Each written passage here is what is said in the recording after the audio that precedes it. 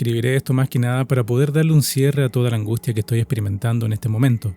No estoy segura si es que lo llegues a leer, y si lo haces, habrá algo más adelante que podría interesarte. Tenía alrededor de 13 a 14 años y mi papá me compraba unas revistas mensuales llamadas Tú.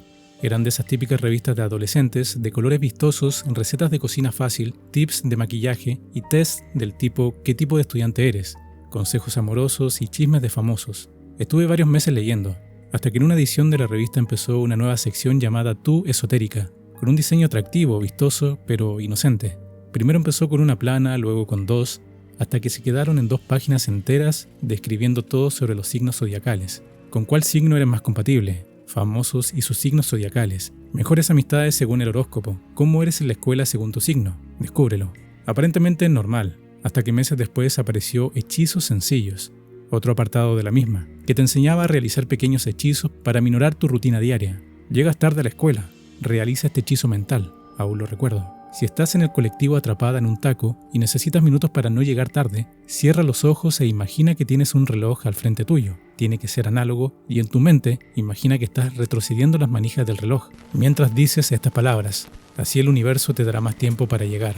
¿Quieres prosperidad para tu familia? Enciende una vela amarilla mirando la luna. ¿Quieres conquistar a ese chico? Escribe su nombre en un papel, dóblalo en 4, ponlo debajo de tu almohada y a la mañana siguiente quema ese papel pensando en ese chico. O el otro que recuerdo, a los hombres se les conquista por la guatita. Prepara un pay de manzana, espolvorea canela por encima, ya que la canela es poderosa para asuntos del corazón.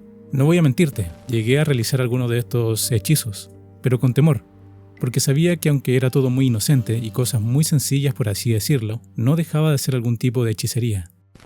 Y bueno, era una preadolescente con curiosidad. Todo el asunto cambió cuando en una edición leí que podías invitar a un hada a tu casa. No tengo claro todo lo que leí. Solo recuerdo una página muy bien decorada, invitando a que construyas una casita para que algún hada fuera a esta y estuviera contigo para apoyo emocional.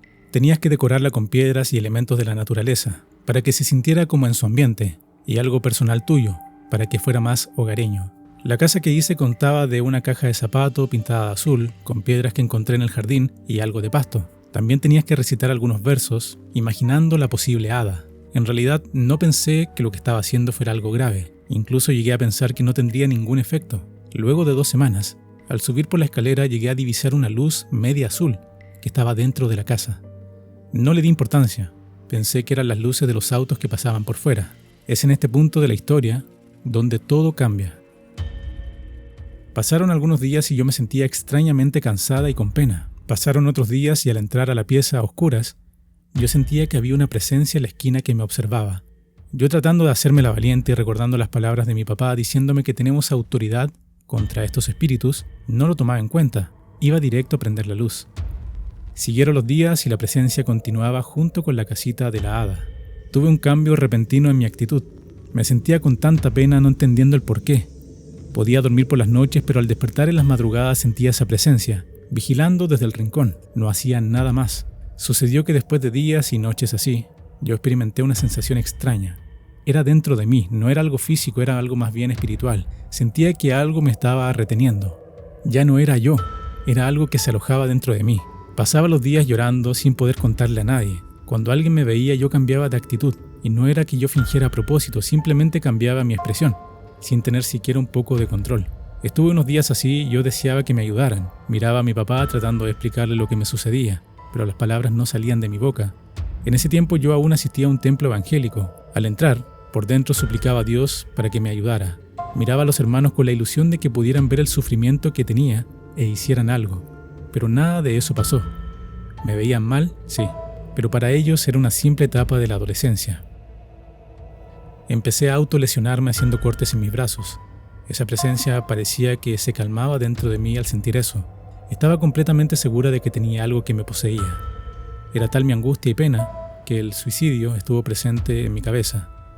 Sentía que Dios me había abandonado, que a mi familia no le importaba, y que los hermanos de la iglesia y el mismo pastor no tenían nada de espiritualidad ni de cosas santas, porque aún no se daban cuenta que alguien de su iglesia estaba con este espíritu.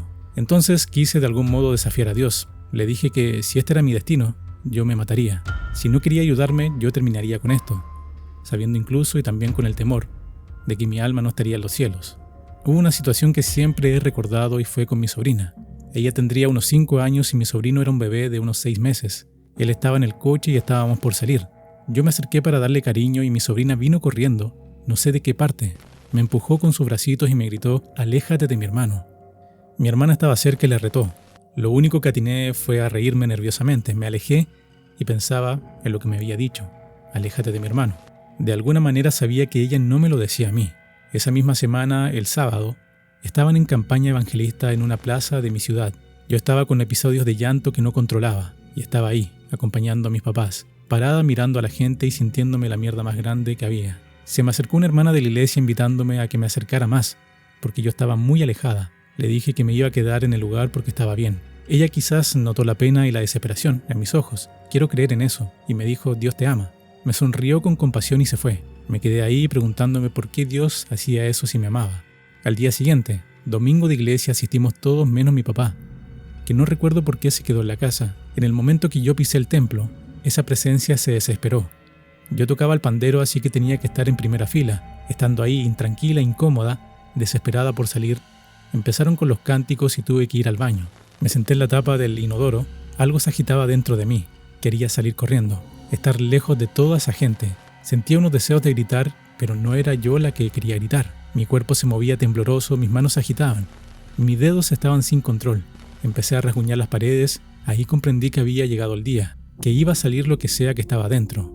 Y bueno, yo estuve escuchando tus directos y siempre has dicho que una vez viste una liberación y te impresionó cómo había crecido el abdomen. Ahora te voy a contar cómo fue mi liberación. Estando en el baño, una parte de mí tomó fuerzas y pudo controlar mi cuerpo. Con una mano agarré la otra mano y me dije: «Por favor, Dios, ayúdame». Salí y me fui otra vez a mi puesto. Seguían cantando y los temblores y esos rasguños de mis uñas a mis manos volvieron. Sentía angustia, mucha angustia, pero yo estaba esperando. En un momento el pastor me mira. Siento algo en mi cuerpo, mi cabeza bajó la mirada, me dije: «Ya lo sabe». El pastor se me queda mirando unos momentos y llama a otra hermana. Le habla al oído, me vuelven a mirar. Esta hermana se acerca y me pide que vaya hacia el pastor, porque querían orar por mí. Me acerco y los hermanos siguen cantando. El pastor ve su Biblia por última vez y se acerca a mí. La hermana se quedó atrás clamando. Si me preguntas, para mí fueron máximo 15 minutos, pero en realidad fueron casi 2 horas en las que estuve en ese proceso de liberación, y de esas 2 horas recuerdo muy poco. El pastor clamaba en mi oído y este espíritu se descontroló. De mi boca empezaron a salir gritos. Algunos gritos no tenían mi voz. Sentía unas ganas de pegarle al pastor y mis manos se alzaron para hacerlo, y fue ahí cuando me agarraron. Por lo que me contó mi mamá después, eran 5 hermanos que estaban sujetando mis manos y piernas, porque no podían controlar la fuerza que estaba teniendo en ese momento. Cuando empezó esto, dejaron de cantar y toda la iglesia clamaba. Hicieron llamar a mi mamá para que ella reclamara mi alma. Me hablaba, me llamaba por mi nombre, pero yo no la vi ni la escuché. Solo escuchaba el clamor de los otros hermanos. Y el espíritu empezó a reír con mi boca. Mi cuerpo se retorcía en el suelo. Yo ya no tenía control de nada. Apenas abría los ojos porque el brillo de las luces me quemaba. El pastor se alejó de mí y subió al púlpito. Creo que este espíritu se dio cuenta y me hizo abrir los ojos. Gritaba: «¿Dónde está? ¿Dónde está?». Y cuando lo vi en el púlpito, estaba leyendo la Biblia, con aceite en las manos. Lo estaba ungiendo. Este espíritu empezó a reír. «Cobarde». El pastor bajó y se acercó a mí. Con el dedo aceitado me lo puso en la frente. No sentí que me quemaba, pero el espíritu gritó de dolor. En ese momento, yo, mi alma, mi espíritu, ya no daban más. Sentía que me moría. Hubo leves momentos en que yo tomaba el control de mi cuerpo. Les suplicaba que me ayudaran, que ya no resistía más. Ellos me preguntaban: «¿Cuál es tu nombre?». Y cuando yo quería decir algo, este espíritu me mandaba a callar y tomaba nuevamente el control, haciendo que golpeara mi cabeza en el suelo.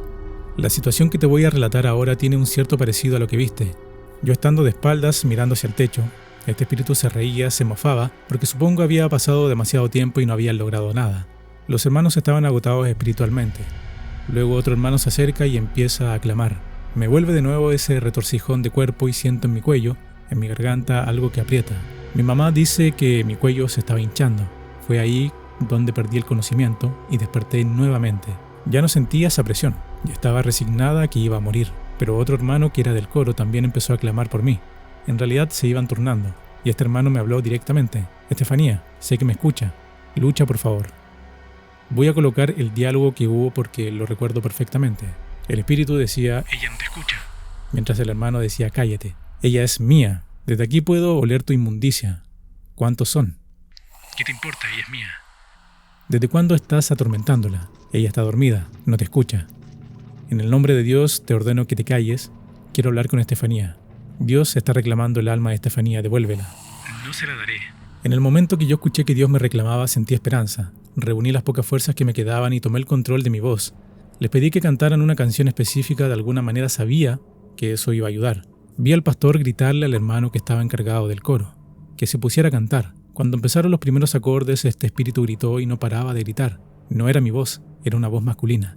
Mi cuerpo se retorcía y mi cabeza se golpeaba contra el suelo. Tuvieron que poner un cojín para que no siguiera haciéndome daño. ¿Cómo te llamas? No te diré. Ya estás vencido, dime tu nombre. Me voy a ir con esta niña. Estefanía, canta, yo sé que puedes hacerlo. Y volví a tomar el control.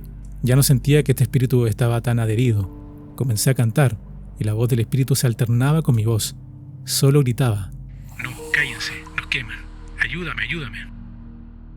Mientras el hermano decía, estás pidiendo ayuda. ¿Dónde están? ¿Cuántos son?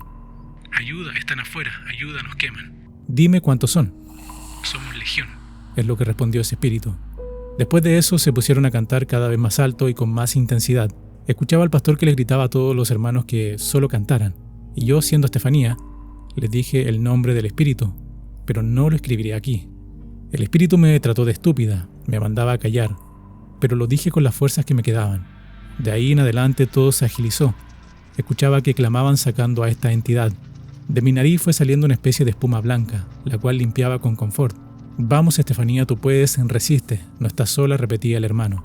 Pasaron algunos minutos más y por fin sentí que eso que estaba adherido a mí se había ido. Cuando me levanté estaba desorientada, no podía creer lo que había pasado. Pensaba que todo había sido una pesadilla. Me miré las manos y mis uñas estaban con restos de sangre. Durante la liberación, con las uñas de la mano derecha me estaba rajando la piel del antebrazo, exactamente donde tenía planeado suicidarme. La pastora era la que me sostenía las manos y también la hería a ella en sus brazos. Me sentaron, yo con mi vista al frente sin decir nada. Recuerdo al hermano del coro ponerse al frente mío. Ya terminó y me abrazó. Luego recuerdo llegar a la casa. Nadie habla. Mi mamá me ofrece agua, mi papá me mira y me pregunta qué sucedió. Pasé una semana encerrada en la casa, no me dejaban salir ni hablar con nadie. En ese momento todos pensaron que las amistades provocaron eso, pero hace muy poco recordé la casita de hadas que había hecho. Esto lo escribí a modo de desahogo el sábado 14 de enero. Para mi desgracia ese día terminé de hundirme en un abismo, y analizando toda mi existencia, me doy cuenta que todo lo que soy actualmente empezó con esa experiencia. Estuve años evitando admitir que tengo cierto don para presenciar fuerzas malignas. Sinceramente no lo quiero. Habrá sido porque estuve directamente conviviendo con un ente, quizás. Pero es inevitable caminar y sentir que alguien a 2 cuadras de mí viene cargando con un espíritu inmundo. Y resulta que cuando encontré tu canal, te observé y no podía creerlo, porque a través de una pantalla sentí algo, no podría explicar bien, y a medida que iba viendo me di cuenta de otra cosa, que teníamos quizás ciertas cosas en común. La forma en la que hablas me confirmó, porque no lo habías dicho, o por lo menos yo no te había escuchado decirlo, pero tienes un aire de espiritualidad, que yo solo lo he visto en personas que han estado congregándose en alguna iglesia evangélica. Después, obviamente dijiste en un directo que desde pequeño tu familia te llevaba, y ahí fue donde viste la liberación. Me ha pasado con otras personas, y otras personas lo ven en mí, porque yo también me alejé de la iglesia. He preguntado a otros evangélicos si les pasa lo mismo. Me dicen que sí. Creo que aunque nos alejemos de este mundo, algo se queda con nosotros.